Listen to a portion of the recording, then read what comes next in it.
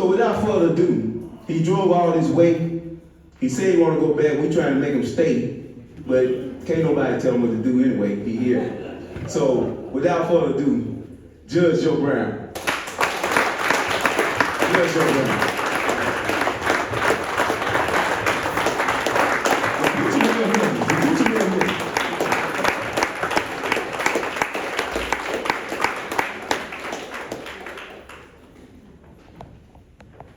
Look, y'all gotta stop this trying to help me up and down. I ain't that damn old. All right, now, first thing, you gotta stop trying to hear just what you want to hear. All right. Geronimo Pratt Gun Club. I recruited Geronimo Pratt to UCLA. I did personally. Also Bunchy Carter. He had been chairman of the gang known as Slausson's in LA, and he became chair of the Black Panther Party in Southern California after he took over from Sherman Banks. I recruited John Hudgens. He came from back east. His daddy was a janitor at a white fraternity where Yale is located. I recruited Elaine Brown. He later became chair of the Southern California Panther Party. I recruited Nathaniel Clark and a few other people. Back then, we were being drafted. A lot of us were dying, and a lot of our mothers and fathers and aunts and uncles, associates, friends, grandparents were losing people. We assumed you could die. Geronimo Pratt, G, had been in the Special Forces, or Green Beret, for 4 tours in the Nam. He had one little flaw, which was he got the liking to kill. Watch it. Our fathers had been drafted, and a lot of their friends had died, didn't make it back. And a lot of our grandfathers and great uncles had been drafted. World War I didn't make it back. We knew death. We also knew people that we had come in contact with who had been over in Germany, had been in Japan, and death would be coming from the skies when nobody expected it. A secret raid would not have sirens, so you could go to a shelter. And if you went to a shelter, you might die anyway, so everybody was losing people dead. We found out that you could not do anything unless you accepted that somebody was going to die. That's just how it works. We understood, although you won't see this written anywhere, that it was disgraceful to be down on your knees while some redneck is beating you across your head until some other ones felt guilty about it. The civil rights struggle was not a struggle. It was an insult to our dignity as humans.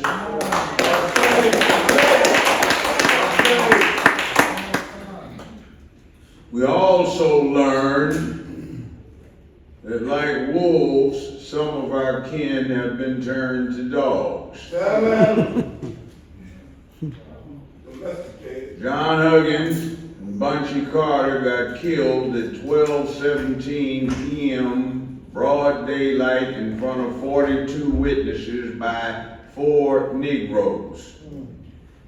I was in the building. They put 4 bullets in the back of my chair, but Elaine Brown and I were walking between floors when that happened. When we stuck our heads out, John's assailants, who had killed him, but he wasn't dead yet, he fired 6 shots, hit one of them in the back. He kept going. That was with a .357. So by the way, learn that what you see in the movies is not correct. When people get shot, they don't fall down when they get shot.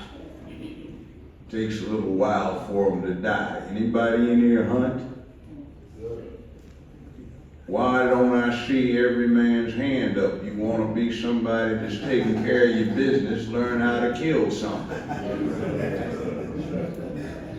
And when you hunt and you hit the deer with your 30-06, 270, does he drop dead? No, he runs 25 to 50 yards, doesn't he? That's reality. What we tend to do is think that we are doing something when we get upset and express our upset. Do not waste the upset by trying to get rid of it. Keep it inside and get angry. Get real pissed off. Get very pissed off. Get motivated to do something. But remember, there's a trap. Your enemy has been propagandizing you for 50-some years. And one of the primary propaganda tactics is to get your target to think in terms of the propaganda you've been feeding him. That's right. Somebody got done in. That's tragic, but don't focus on the tragedy. Get angry and do something about it. Watch what you're looking at. Right now, it makes me absolutely sick to see people glorifying that bullshit that the Bay Area chapter of the Panther Party pulled off when they marched into the California State Legislative Body armed in the open. Everybody's going, yeah, righteous brothers. No, damn fools. I'm telling you the truth. Geronimo Pratt, myself, and everybody I mentioned, and a whole lot of other people were saying, look, that's adventurism. Do not do that. But they wanted funding and they wanted PR. They thought it was a good stunt. What did they mess up that you haven't been told about? Well, at that point, it was not illegal to be armed in public in California. So we took it upon ourselves to patrol our community, not just drive by and say, is somebody messing with you? Are you all right? Because that won't do shit if somebody is armed to face you. When somebody was doing something we thought was wrong, we'd be riding 4 deep in those old-time big cars, and we'd roll out of there, and everybody's got a carbine or a 12 gauge, and the police would chill. When those damn fools went in and grandstanded, within 2 weeks that was against the law, and a lot of good brothers died that I knew because of that damn fool grandstand adventuristic bullshit. Because now the police in California had good cause just to start shooting when you were attempting to maintain peace. But you see, we look at that as heroic. It was bullshit. And you're surprised that I'm telling you this. But somebody's got to lay it down. What's our problem with our damn elected officials? Lay it down, brother. Lay it down. They joined a new ethnic group. They joined a new religion, a new cult. You understand what Buddhism is? It's an old and dignified religion, but it doesn't have a God. It's a system of philosophy. We have a new secular religion that has a system of philosophy, but no God, and its colors are rainbow. And these Negroes that are supposed to be representing us resigned from us. They just didn't tell us so they could get in office and represent their new ethnic group and their new religion. There's a whole bunch of gay folk don't even like LGBTQIA+. They think of it as a cult. I still know a bunch of them from Hollywood. 9 out of every 10 people out there, whether they're actors or cameramen or anything, are into that. And by the way, when you start ideating over some asshole trying to perpetrate in the movies or on TV or in the video that's going along with the music, you ought to see them sometimes when they got their guard down and their wrist is real limp. Come on. I say. But like one of those that I noticed of that persuasion said, just because you're a Christian doesn't mean that you were a supporter of Reverend Jim Jones and drinking Kool-Aid at a picnic in Guyana. Just because you're Islamic does not mean you support Al-Qaeda or ISIS. You said the secret you need to understand is that LGBTQ. It stands for queer and questioning according to their site. And damn near 90% of your black elected officials have done the Q. They have tried. There you go. And they don't want to be told on because they're not ready to come out of the closet. So what you do if you want to find out who is really for you, pull their legislative record and see what the hell they've been voting for. It ain't you.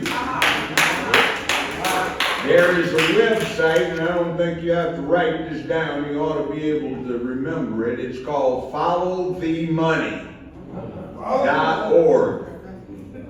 Go there and you can see who gave to your elected officials how much and what for. They have to file with the state election commission all over the country, and this group assembles the records. See who owns your favorite house Negro or third floor bedwinner who is in your state legislative body or representing you in D.C. And by the way, have you been to D.C. lately? Used to be Chocolate City, now it's the damn Rainbow City. They want you to support this bullshit. They're talking about giving D.C. statehood. If the real black folk in D.C. want to vote, they ought to be saying, seat us back to Maryland so we can deal with getting a congressman and a senator and keep the Capitol Mall as D.C., because if you put it back in otherwise, all you do is get 300,000 LGBTQIA folk, 2 senators, 2 congressmen, and the same influence as a whole state. D.C. is not as big as Jackson. That's right. So imagine Jackson being 75 to 80% rainbow, and they're supposed to have the power of a state to impose more of that garbage on them. Clear. Yes, sir. How many of you have children in there? All right, ladies, you take them to church, temple, mosque, synagogue. Well, you take them. Anybody remember you don't go to church on Sunday, you don't go anywhere the rest of the week? They're trying to condition you to whatever religion goes on inside that temple, mosque, church, synagogue, or whatever. And it's mama taking them there.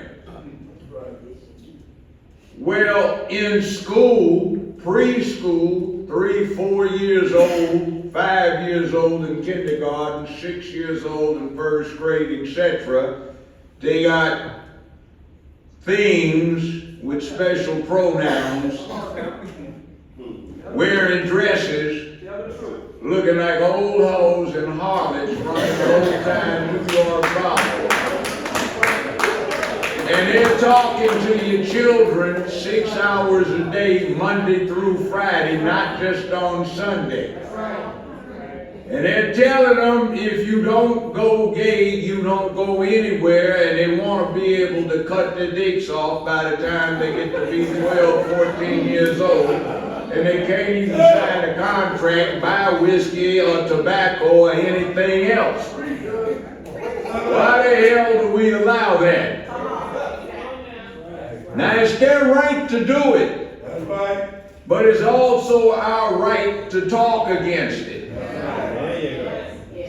It's called free speech, First Amendment. By the way, that DA Mammy Fanny in Georgia, she's getting the boogeyman. What they call it in John Wick, the Baba Yaga. Getting Trump. But I downloaded the 92-page indictment, and quite a few counts read that he did something felonious by advocating to his followers that they look at or read Newsmax. Now I read it, I tell people all the time. So I guess if I told anybody that in Georgia, I'm committing a felony because I'm not going along with the damn party line. That is something that's insidious because you see it's spreading. They're going after Boogeyman Trump, but what they're doing is setting the precedent. So what everybody in here has been saying about this shit is old enough and it needs to change. They can go after you for that. Now even back in the 60s, they couldn't go after you for saying it. They could go after you because you said it, but not for saying it. They go after you when I say because that boy is getting out of his hand. We had peaceful relations with our neighbors for so long. It's them outside agitators that's come up in here. And see, right now, we don't know what the hell somebody's about when they're talking to you about something. Got Al Sharpton, he loved chicken. James Brown's old boyfriend. Call it, man. You got Hyena Harris, Mrs. Imhoff, and I guess she wants to hide that in her adopted Jewish children. And by the way, I met her father. He said there are no black folk in his family. The one she's claiming, he says, told it to my face. I was sitting at the table with him. With the Governor General of Jamaica. He said, that woman's not black, she was a Hindu. That's right. That's my grandmother. Said they call her a Caucasian. And by the way, there are Aryans, but you know what they look like? Kamala Harris and her daddy. They ain't blonde-haired, blue-eyed. That's a long lie got told. And the Aryan Superman, the Aryan Brotherhood, the Aryan Nation, they all damn fools think they got blonde-haired, blue-eyed. They actually have some Aryan in the background, but most of them will have the color complexions this room has. That's right. Long, coarse, dark hair, dark eyes. So we got a fake up in there. Had another fake up in there. By the way, who's the richest person to ever sit in the White House? Barack Obama. You want to know what's really bad about it, and we worship him, too many of us do? There's a guy named Sam Hinckley. He died in Cape Cod. He had some interesting descendants. 7 of them were U.S. presidents. 1 of them was a U.S. vice president, and a whole bunch of rich folk. George Herbert Walker Bush. You remember him? President? His first cousin was Barack Obama's maternal grandfather. So you had the following U.S. presidents alive at the same time who were cousins.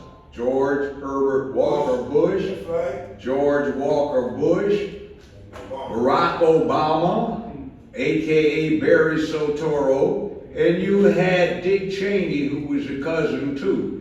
Dick Cheney was CEO for Halliburton. Uncle Herbie, George Herbert Walker, founded Halliburton in 1946 in Oklahoma.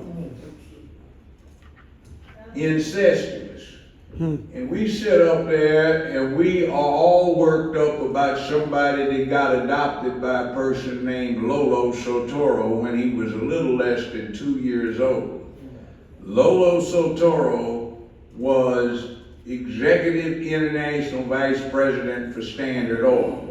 He also ran the death squads for the Indonesian government when they had a little uprising attempt in 1958 through 1961. At one point, 1969, 1968, there was a warrant for his arrest from The Hague for being allegedly being responsible for killing 500,000 people. That's who adopted Barack Obama. He ran the death squads and he was international vice president. So Standard Oil wanted to get into Indonesia because at that time they thought Indonesia sat on top of the largest oil reserves in the world. Standard Oil couldn't do it under American law, but they could get Lolo Sotoro to do it, so he became the oil czar for Indonesia. When he died, he was one of the 10 or 15 richest men on the planet Earth, and he left everything to an Indonesian trust fund that's exempt from American law. And Barack Obama, AKA Barry Sotoro, AKA Bathhouse Barry, let that sink in, got 1/3 of it, and he made his first drawdown of $1.25 billion from it in 2017, and Business Insider reported his net income for that year after all expenses as $570 million. Now that's your boy that everybody loves, Bathhouse Barry. Another one of those folk who decided to become another ethnic group and deal with the new religion. He got converted. See what you're getting and don't even know it? That's damn right, but you know, it ain't cool for us to be pushing that because you know, we have a lack of manhood in the hood. There ain't no point taking the would-be recruits and getting them to want to put on a dress and cut their dicks off.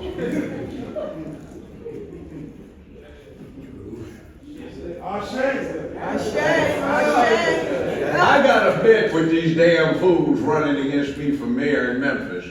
A dare.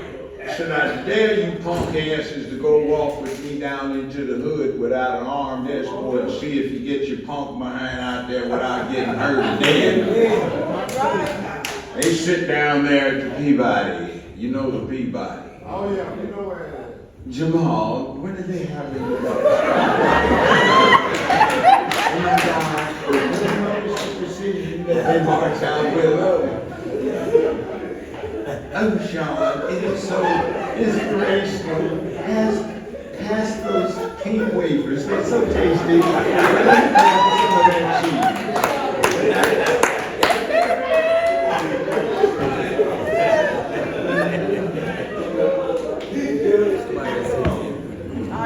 I've been brokering peace right now with some of the OGs out in the streets. They're tired of the killing. And because there's so damn little manhood out in the hood, they have a problem. There's a place called Tate Street in Memphis. The scene of more shootings than any other location. So there's a good sister that's been having a block festival for the last 25 years. She put one on this time, and it was probably the most peaceable one they'd had because the brothers had armed up. They're walking around with AKs and ARs out in the open. Well, I'm there, I'm talking to everybody shaking hands. The sheriff of the county, who's black, he can't talk, you know, he can't talk.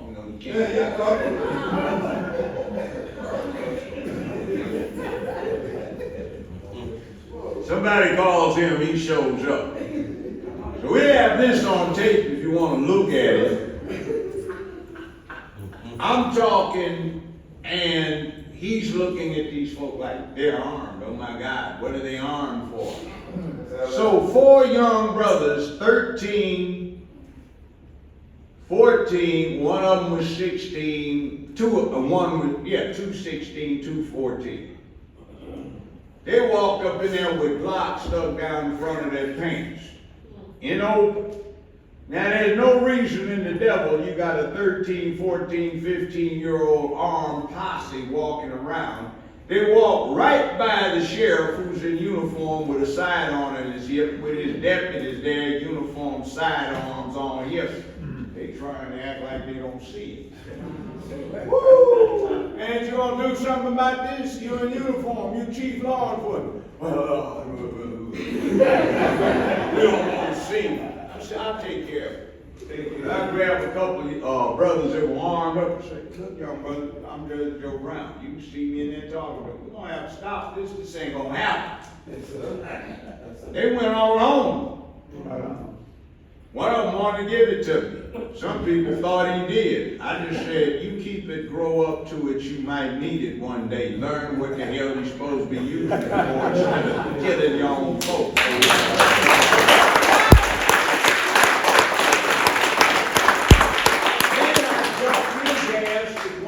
So-called forums that they try to keep me out of. He was something, I've been in law enforcement 43 years and I know crime and you got too much killing. I said, excuse me, can you explain how since you've been sheriff at 201 Poplar, where your office is, in pretrial detention, you've had 52 people die since you've been sheriff.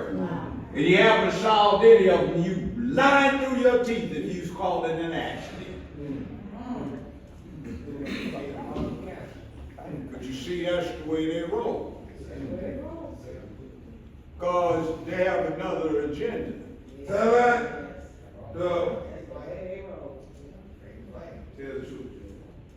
Blue Oval City, heard of that? Mason, Tennessee, Ford Motor Company.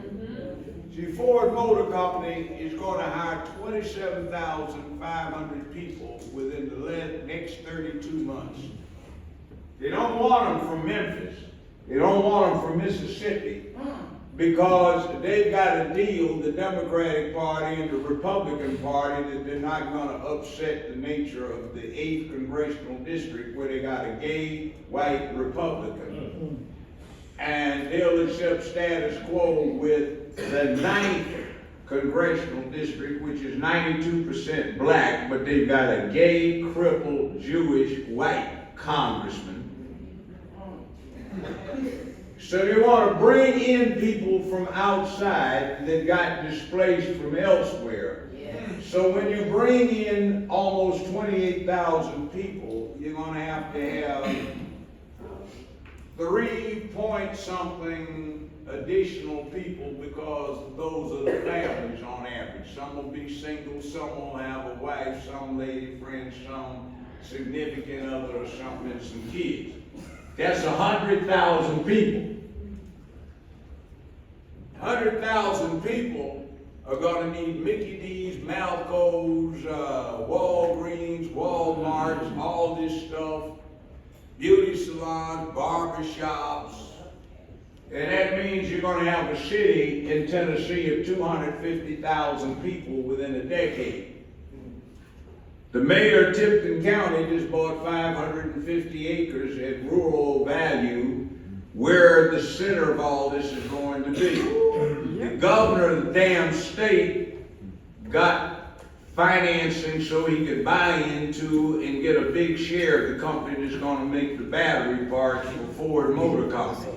The Negroes, including one who is a scoundrel who is supposed to be head of the NAACP, walked in there and he insinuated himself, did something very unethical. He got into a position without telling the citizens who had filed a lawsuit for damages against Tennessee.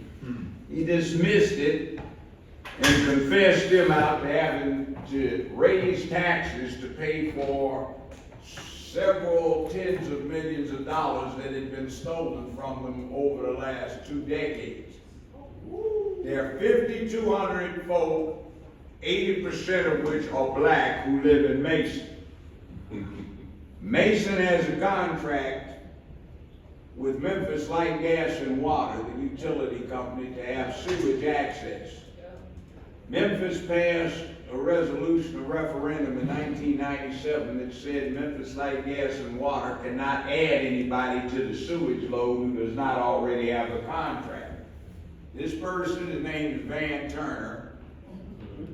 He's trying to get himself into the middle of it because if they get rid of Mason's charter, then Ford can set up their blue oval through the county It's out there, Fayette County. And they get to dump the sewage for 250,000 people into a decrepit system that breaks down when a dog pisses on the sidewalk.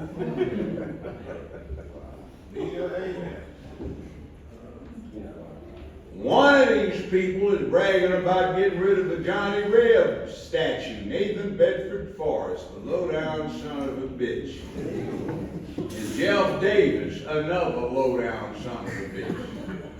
They got rid of them. Good, right? But let's see what they did to the black people in Memphis, the largest predominantly black city in America. Person was on the county commission, got a woman on the county commission. Without telling anybody, they formed a corporation, a non-profit, whose designated purpose is to operate city parks.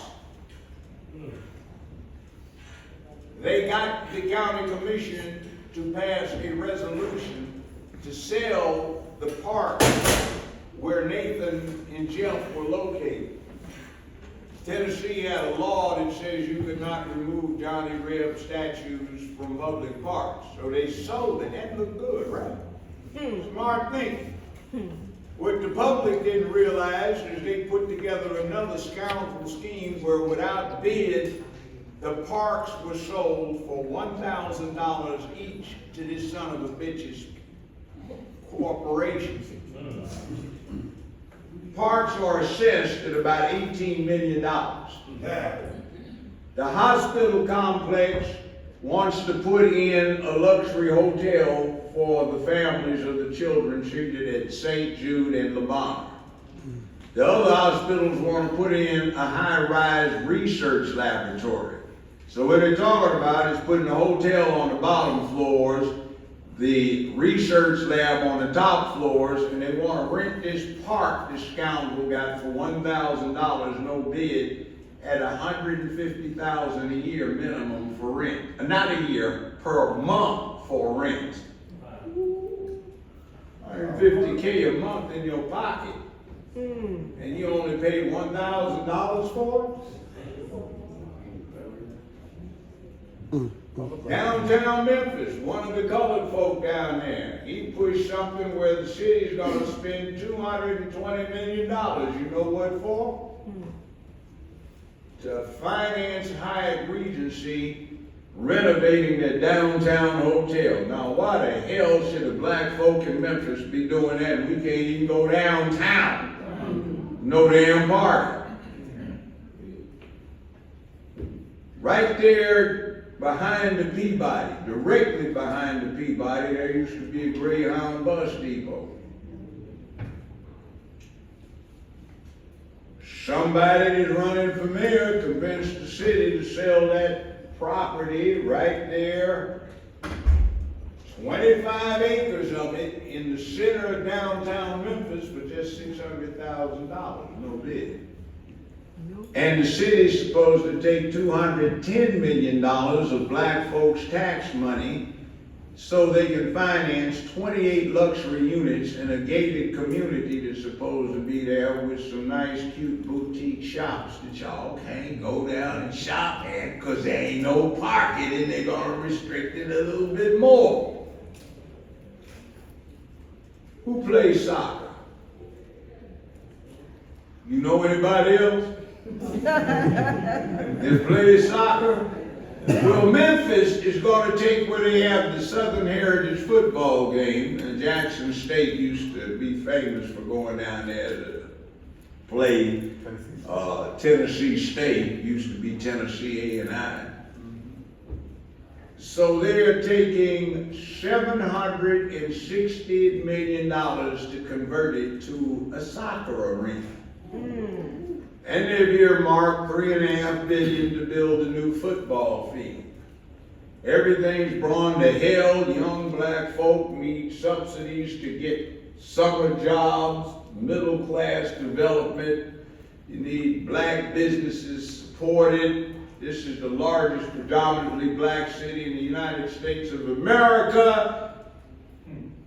But we don't get a damn thing out of that. But we gotta spend it.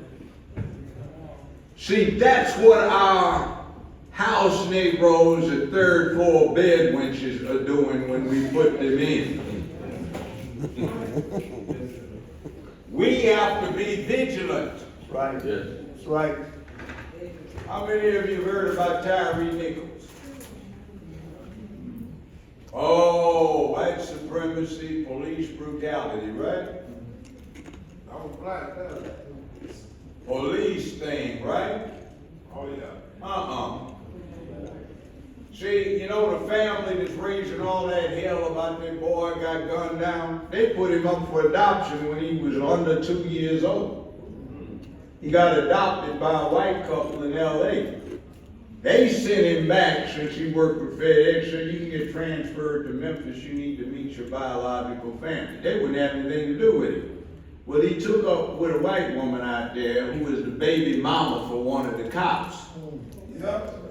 And allegedly he was sticking her.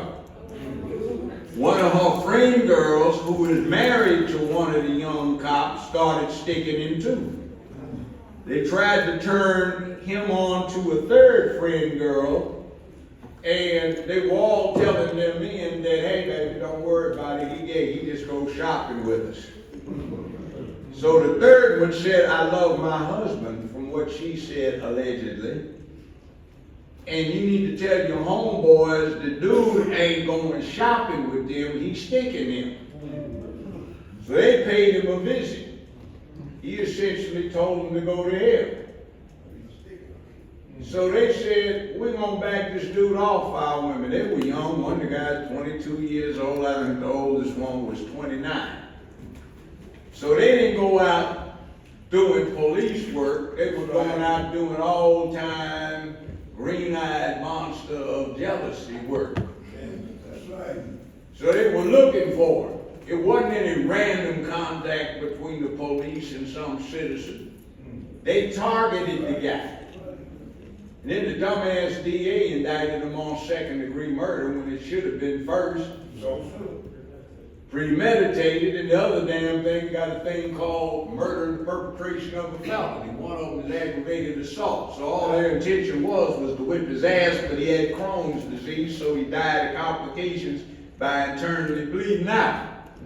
Well, that's a designated felony. So murder and perpetration of a felony is a first-degree murder. But the dumbass DA they just got in has very little criminal background because nobody checked. Now, the helper he replaced probably was the most corrupt person sitting in the DA seat in the United States. And years ago, she tried to pull off a thing where she was trying to sneak a plea in with a guy that had 4.5 kilos of 98% pure heroin, 4 kilos of 96% pure coke, 4,500 hits of crystal meth, 1,500 of LSD, 6,000 Quaaludes. She was going to let him go for 1 year upfront probation, unsupervised probation, getting his record expunged at the end. I wouldn't take it, but she thought she was going to pull something off.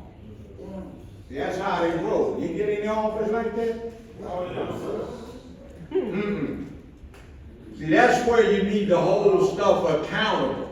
that's right. We got a new woman who's the chief of police, first civil service police chief we've had in 41 years.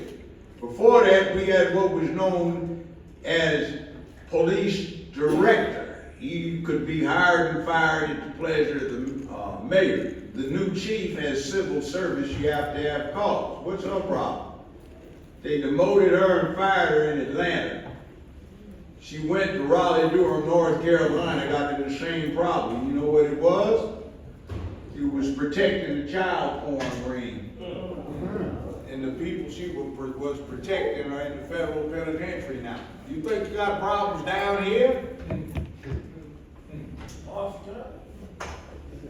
And see, why don't we have community patrols where the brothers know how to be armed up and know how to shoot? Right. Under the Second Amendment, where you put fatherhood back in the hood. Hey boy, come here. Hey man, what you want, man? Come give me that shit. Come here. Girl, don't you know this boy? Yeah, I know his mama. She lived 2-3 blocks over. Boy, what you doing out here at 1 o'clock in the morning? You ain't but 14. Man, I do. You ain't playing that. You coming home. Put fatherhood back in the hood. That's right. Yep. They don't like that. Yeah, don't like that. Yes. Now, you want bang or bling?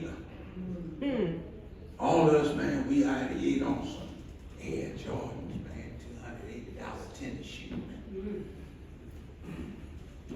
Something got on them shoes, ain't about to get nothing on a basketball court except his time wasted. But you see, we got to thinking this is how you do it. Because they put that mess in place for 50-some years of glorifying propaganda. That's right.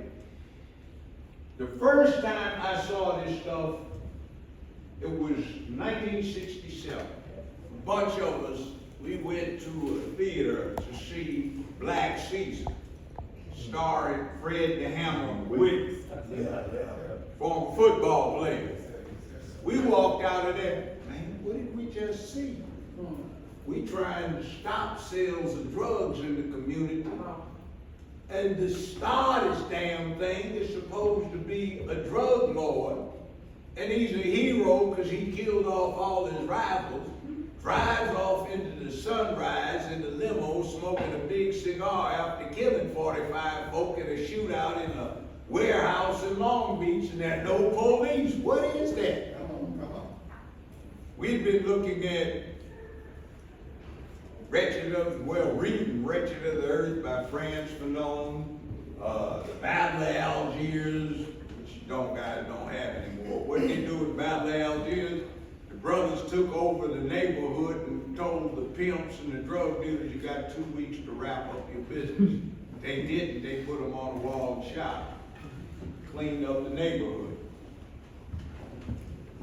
But you see, 18 months, 20 months after that, Rod O'Neal put his toupee on because he was bald and just had the long hair from here down. He's super fly. Yeah. Was in D.C. They had down on 14th Street, they had a movie house. It was a real long block. They had Negroes coming out the front where they bought the ticket, to the short end of the block, down the long end of the block, round the short end of the block, up the long end of the block, back down to the short end of the block. Damn fools waiting 3 hours in line to see this stuff where they're trying to get them used to the idea of selling poison, gangsterizing. They look like damn fools, glorifying pimps, hoes, drug dealers, murderers, thieves, all the rest of this. And before that, everybody was wearing plain dashikis of dark colors so you could blend in afros and some running shoes on. Then everybody got on them platforms. Anybody see I'm gonna get you something? Number 4 guy after doing time and he had the fish swimming around. That ain't no lie, that's real. I know somebody here knows about that.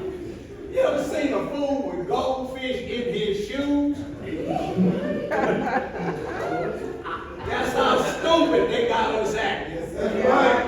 Yep. We used to have a thing called, are you ready for the revolution? Yeah.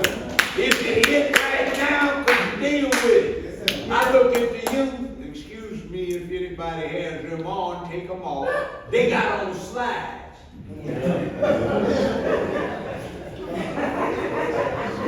They ain't running no damn slides.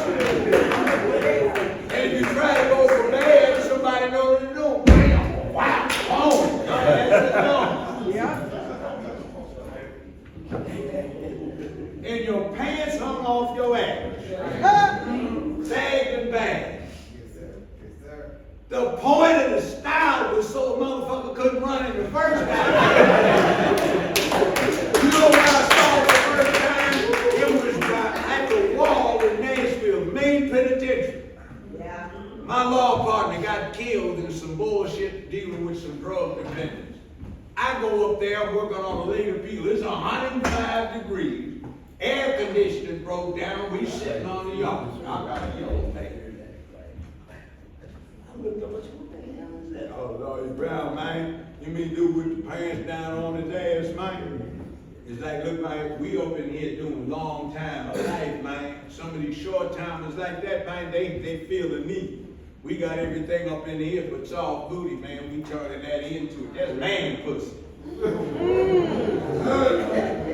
We make them drop down like that. See them trees when the cars ain't around. That's a sign. Bend them over, pull them down, and get down. And if he start running, they fall to his ankles. He trip up and butt up in the air anyway where we walk. And that baggy shirt he got on, that's his dress. When he on the fly, we don't let him wear no panties. Now you make him take his pants off. We already done made him some jewelry up a metal shop. And Jamal done got his baby sister send a care package with some rouge, eyeshadow, eyeliner, lipstick, and all kinds of shit. We gonna girl that motherfucker out.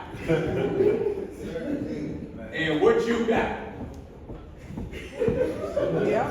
Yeah. Are you ready for the revolution? If the shit hit the fan, could you get on up or could you move on up? No, you can't. You're trying to do something, I know, and have dealt with some real live mafiosi. They look like they're doing business. Serious business. They ain't trying to stand out. Anybody see that thing with Russell Crowe and who else was in there? Denzel? Remember he was supposed to be bumpy up in New York, the drug lord? Nobody was paying him attention. His dumb wife wanted him to wear that black and white dyed coat. Yeah. And now everybody look at his ass. You don't stand out and say, here I am, I'm gonna fuck up. Come get me. Yeah, man, I got the dope, man, right here. Look at me, don't I look like it? Fronting off, you probably don't, but they're gonna kick your ass like you do. And the other thing, I'm sick and tired of folk getting gunned down by police. But why did he want? Oh, he was scared of the police. Goddamn, brave your ass up. What they tell you? Don't run from any animal. If you show fear, they'll attack. Yeah. Anybody in here like steak? Love steak, sir. Oh, yeah. Bacon? Not go ahead. Barbecue? Oh, yeah, all that. Catfish? Shrimp? All that shit. It's called fucking meat. You gotta kill it or somebody gotta kill it for you. And we eat a whole lot of meat because we at the top of the goddamn food chain. We kill better than anything ever been on this planet. So we are the top predator. They call it technically the apex predator. So if you think a goddamn dog is gonna chase your ass if you run, what the hell do you think the top predator is gonna do if you turn your ass around and run? Throw your ass some ball. Stand there. If you're gonna get an ass whooping, that's better than getting killed. And if you don't want the ass whooping, play kamikaze and take the motherfucker out. Are you ready? 3 song.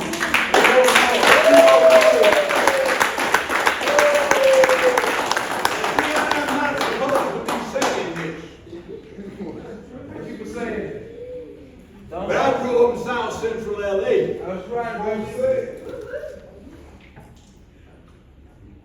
Serious business. You know 2 of my former playground students. Late singer Barry White was a skinny little 12-year-old on my playground. Last person they executed in California was a 14-year-old volunteer on the playground. That was Tookie Williams. Found in the Crips. We did some programming that you need to start doing right now. There were no theaters down in the hood in LA. So what we do, me, 2 other brothers, we were in our early 20s. We ran that playground together. We hooked up a thing where we went down and got the theater owners downtown LA to agree to let us take these kids there. They thought we were gonna bring 10 or 12. We showed up with 200 between first grade and seventh grade. But we were young men, and we knew how to control stuff, and we got so they let us come in anytime we want, because nobody knew the children were there because they were so quiet. Wouldn't anybody dare get out of hand and open his mouth? But we organized the whole neighborhood to get it together. We had a lot of violence. Of course, we did a few things. A friend of mine, he died a couple of years ago. Black Belt magazine eventually started calling him probably the most dangerous human alive in North America. And there are all kinds of damn fools who used to fuck with him just because, like, man, what you got? No, brother, you need to leave him alone. What a man, he can't stand for himself. That ain't the problem. We like it. We don't even know your ass. You keep fucking around with him, he likely to kill your ass by accident with his bare hand. We don't want to go no damn penitentiary. But anyway, what happened, LAPD used to drive up on the playground and harass the kids. So in California, they had these chain link fences around the schoolyard. So what we did, we took these big cage hardened chains and some of these big padlocks and locked 2 squad cars up in there. They're up there hollering, you open this door. Hell no, get some damn stuff out. So we did a little bit of politicking. We done some of the powers that be, like the fact that we were keeping order down there. So we worked that out, but they wouldn't leave it. So 2 days later, a 16-year-old volunteer shows up with a bandaged head and his arm in a sling. They jumped and broke his arm, jacked him up. So we had a little meeting in the auditorium for the elementary school. It was known as Trinity Avenue Elementary, if anybody wants to check it out. Well, it got real funny. I'm on stage haranguing the crowd, you know. Yeah. 2 clowns that we locked in got upset. They jumped wild and up. So anyway, one guy, the one I was telling you about, Black Belt magazine, being impressed, he knocks one of these cops out right there in the aisle, in the auditorium. So all the guns come out, the police got guns, the people got guns, folk are hollering, put the guys down, put the guys down. Even the cops were telling me. So we just said, you know what? We need peace, but don't fuck with us. Do you do that now? No, We sir. complain and we protest. Anybody ever heard of H. Rap Brown? Yes, sir. Anybody ever heard one of his speeches recorded? Yes, sir. Brother was fine. Yes, sir. He get up there talking about, we have power. We don't have to beg anymore. We have consequence. He said we can get consequence from drug stores, grocery stores, movie theaters. And what would he do? He pulled out a book of matches and he said, burn, baby, burn. Burn the motherfucker down.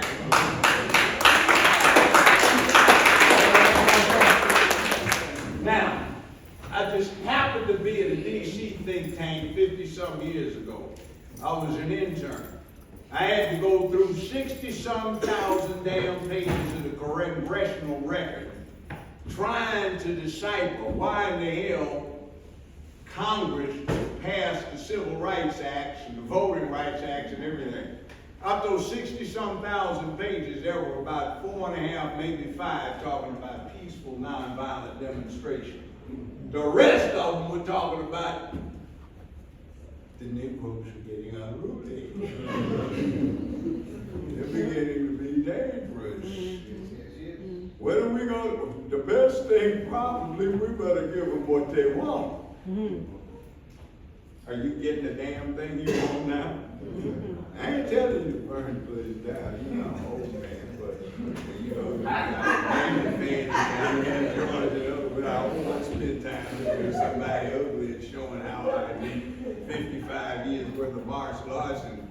jack somebody's ass up. By the way, studying that, there's all kinds of weapons around here. Even these bottles, you can kill somebody with this. And no joke, anybody see John Wick? Oh, yeah. With a pencil. Yeah, you can do that damn sure with a ballpoint pen.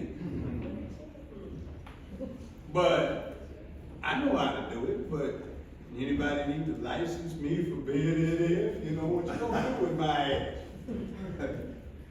And some of my homeboys coming in there showing up, they 8, 9 folk out in the next 2 or 3 minutes, and you be dead quicker than if you got shot with a 30-06 and ran your ass 50 yards before you piled up. And you got some good deer.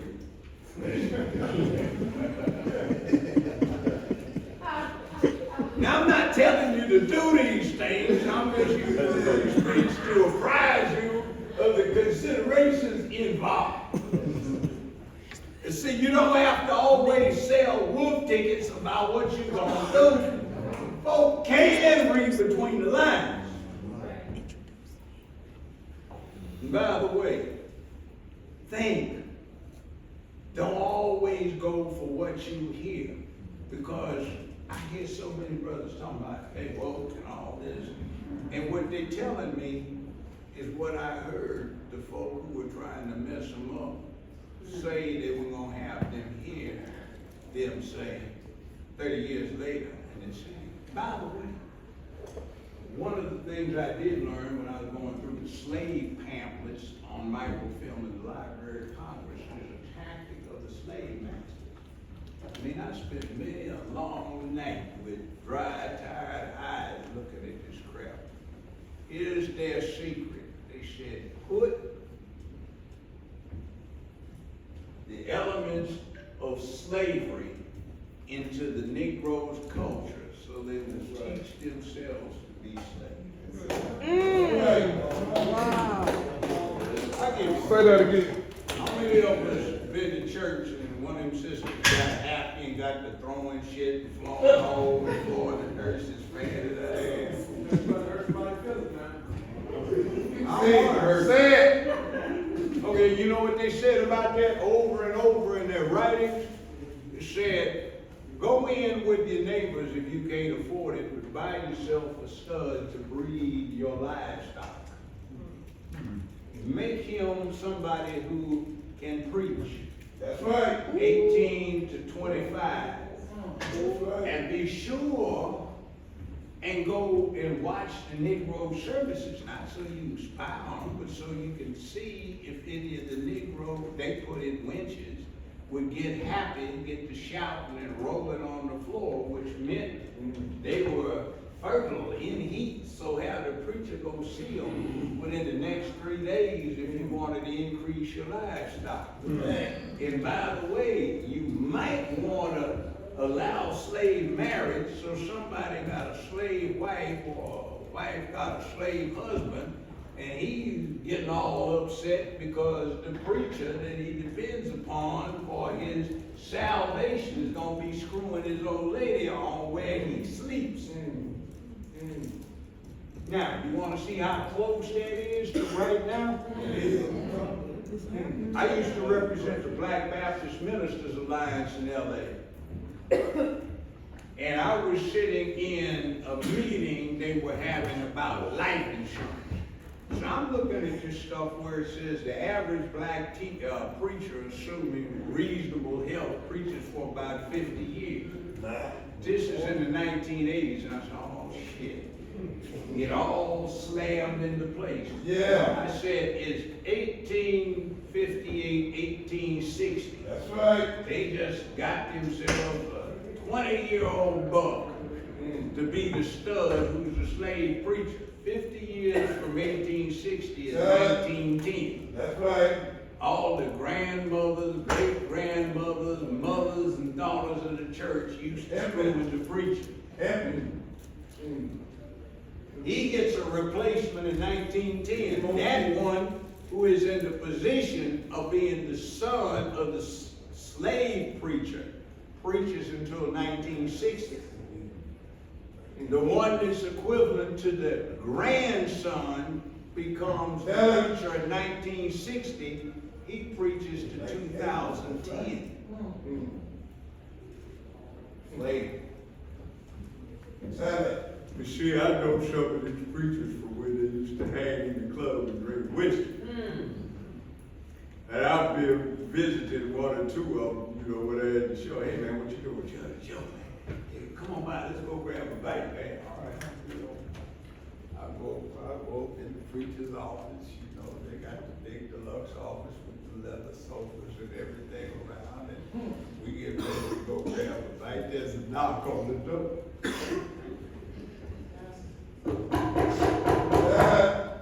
Hey Joe, let me go check. Oh, sister, what can I do for you, Reverend? I got a powerful problem, Reverend. The devil coming down on me, and he is rising, and all these devil boys trying to get in my veins. What am I gonna do? Well, sister, maybe we can have some prayer about this. But Reverend, maybe we don't need no prayer till after. Can't you help me out here? I said, well, sister, I'm a married, but your wife, she's one of the church, she'll understand. Just keep it in here. You got a powerful word, Reverend. You can do something about it. So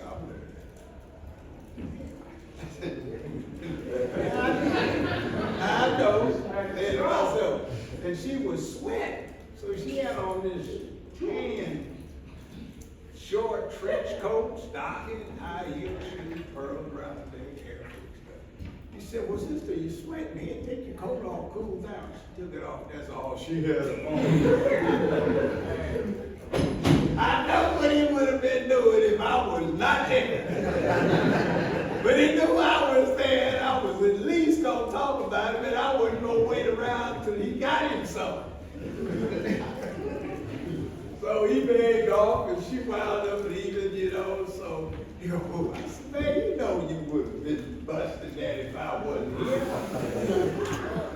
But you see, that's a carryover from those slave pamphlets way back when, and we talking about white supremacy. We don't even realize what the hell they actually did to us.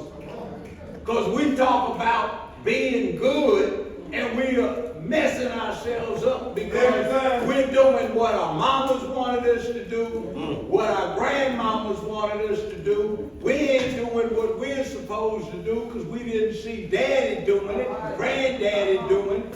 A lot of us now don't even know who the hell those are. So we have some work to do. So my point here today is you need to go to the range with the folks that do the rhyme or rap club. Learn the basic skills.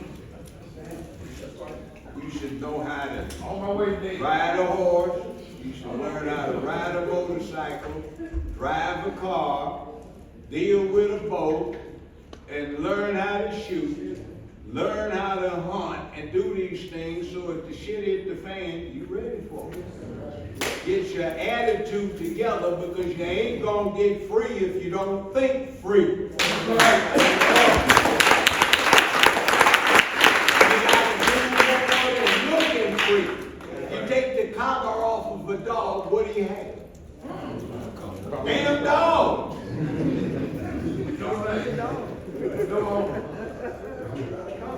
You gotta get something that thinks like a wolf. That's right.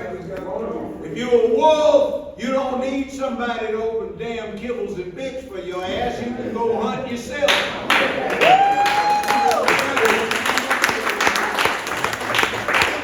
Tell your Black Caucus members, we know what you do when you went that new way you questioned, and you know you did the 6B thing, but you gotta move on. What's the 6B thing? Unbelt, drop breeches, drop boxes, bend over, spread butt cheeks, get boy back. No, you've been doing it. But you got to stop.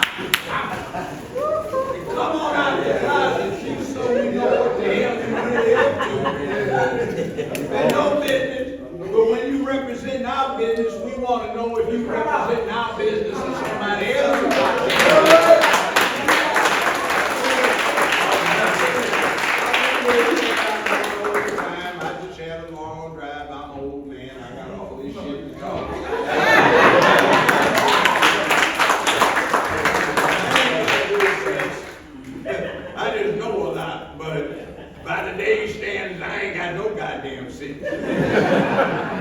but you know, it is what it is. So I Good, sir.